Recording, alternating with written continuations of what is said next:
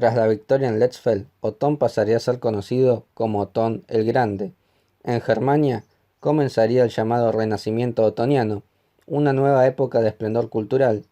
Se abrieron importantes bibliotecas, como las de Lieja, en la actual Bélgica, o Colonia, en Alemania. También hubo arte y obras arquitectónicas imponentes, como el castillo de Quedlinburg, en Sajonia. En el 961, Otón decide regresar a Italia. Berengario II, un gobernador local, se sublevó contra los germanos y además atacó al Papa Juan XII. Este último, temiendo por su seguridad, mandó a pedir ayuda a Otón. Si éste aceptaba, a cambio lo coronaría emperador de los romanos. La campaña en Italia duró poco más de un año, y en el 962 Otón fue coronado emperador en Roma. Así nacía el Sacro Imperio Romano Germánico. El origen de sacro y romano era por convertirse en protector del papado y de Italia, aunque a muchos italianos no les agradaba la idea de que un germano gobernara sus tierras. Otón iniciaría una tercera campaña en Italia en el 966 para restaurar en el poder al Papa Juan XIII, un objetivo que lograría. Esta sería la última gran acción de Otón antes de su muerte en el 973. Lo sucedería en el poder su hijo Otón II, quien estaba casado con una noble bizantina llamada Teófano. Continuó con la política de su padre de fortalecer el poder imperial y extenderlo en Italia. Sin embargo, en el 970, Lotario, rey de Francia Occidental, invade Lorena y ocupa la importante ciudad de Aquisgrán o Aachen, en la actual Alemania. Este conflicto duraría 10 largos años, hasta que se firmó la paz en el 980. Al igual que su padre, tuvo que enfrentar muchas rebeliones de duques locales, lo que debilitaría el imperio. Organizó una campaña en el sur de Italia con el objetivo de ocuparla, pero fue derrotado por los árabes del Emirato de Sicilia. Derrotado, enfermaría de malaria y moriría en Roma en el 983. A Otón II tenía que sucederlo su hijo Otón III, pero como solo tenía 3 años de edad, tuvo que esperar hasta los 15 para poder gobernar por sí mismo. Trató por todos los medios de renovar el caído Imperio Romano, logrando importantes éxitos, como tratados de paz con el Ducado de Polonia y el Principado de Hungría. El primo de Otón III, Bruno, fue elegido papa en el 996 con el nombre de Gregorio V, el primer papa germano, y ese mismo año coronó en Roma a Otón como emperador del Sacro Imperio. En el 1002 los romanos volvieron a sublevarse. Otón marchó a Roma con su ejército, pero cayó enfermo y murió sin haber dejado descendencia. Enrique II, duque de Baviera y sobrino nieto de Otón el Grande, fue elegido para tomar el poder en el año 1002. Enrique realizó importantes reformas, persiguió la venta de cargos eclesiásticos y el concubinato de los clérigos. También apoyó la cristianización de Hungría y encargó la construcción del Palacio Imperial de Goslar en Baja Sajonia. Fue coronado emperador en Roma en el año 1014 y pidió al Papa Benedicto VIII la recitación del credo, incluyendo la cláusula filioque. Esta última decía que el Espíritu Santo provenía tanto del Padre como del Hijo, algo aceptado por francos y germanos. Pero para los bizantinos esto era algo extraño, porque para ellos el Espíritu Santo solo podía provenir del Padre. Al final, esto que podría parecer algo muy tonto, terminaría por separar a ambas iglesias en el cisma de Oriente de 1054. Enrique murió en el 1024 sin dejar hijos. Es considerado santo por la Iglesia Católica por su intensa actividad misionera y reformista. Con la muerte de Enrique se terminaba la dinastía otoniana. Los duques y arzobispos eligieron a Conrado II, bisnieto del duque de Lotaringia, como nuevo rey de los germanos en el 1024.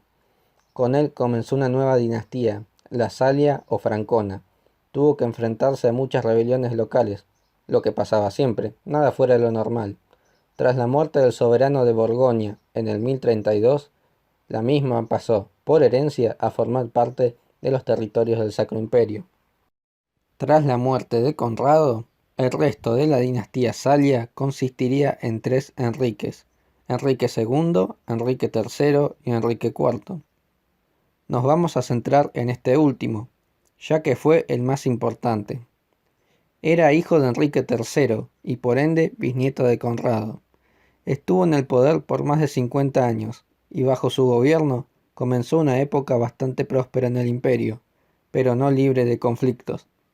Fue coronado rey en el 1053, pero como tenía tan solo 3 años tuvo que crearse un consejo de regencia presidido por su madre. En el 1065, ya con 15 años de edad, pudo gobernar por sí solo. Intentó mantener relaciones cordiales con los duques y el papa, pero a su vez empezaron las tensiones con los nobles y la incipiente burguesía compuesta por comerciantes y artesanos de las ciudades.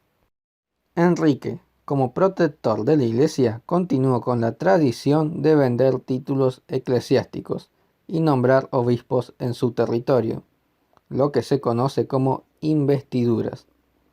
Para los reyes germanos, esto era perfecto, porque se aseguraban de poner a quienes les eran más fieles, y a cambio de control sobre las tierras, los obispos cedían algunas tropas en casos de emergencia.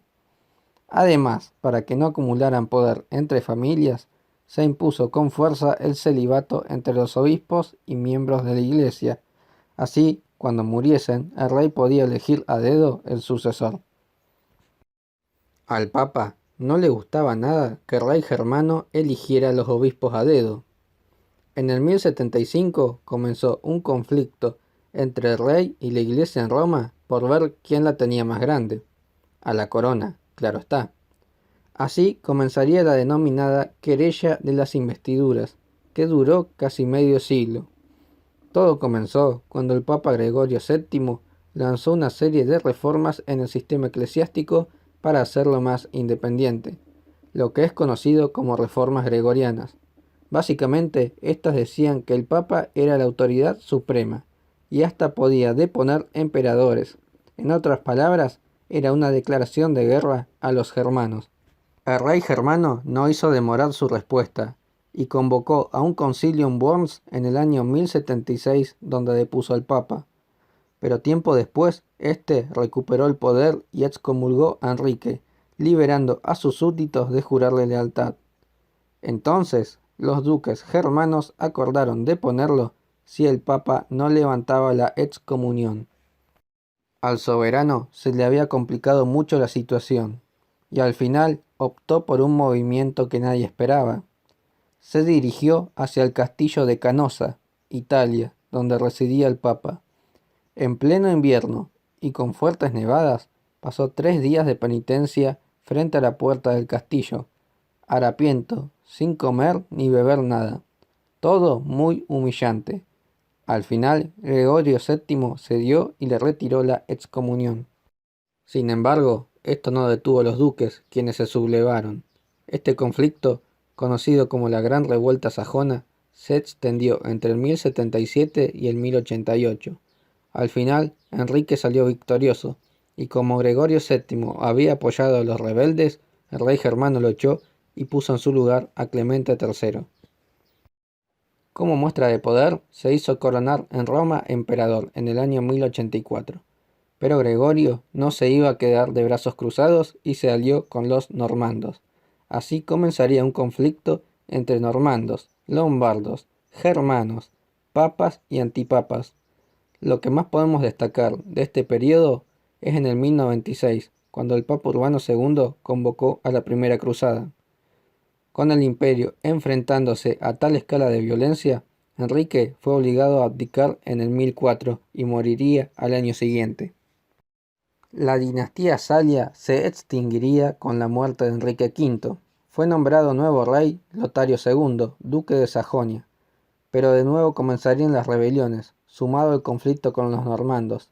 La muerte de Lotario despejaría el poder para que llegara una nueva dinastía, los Hohenstaufen.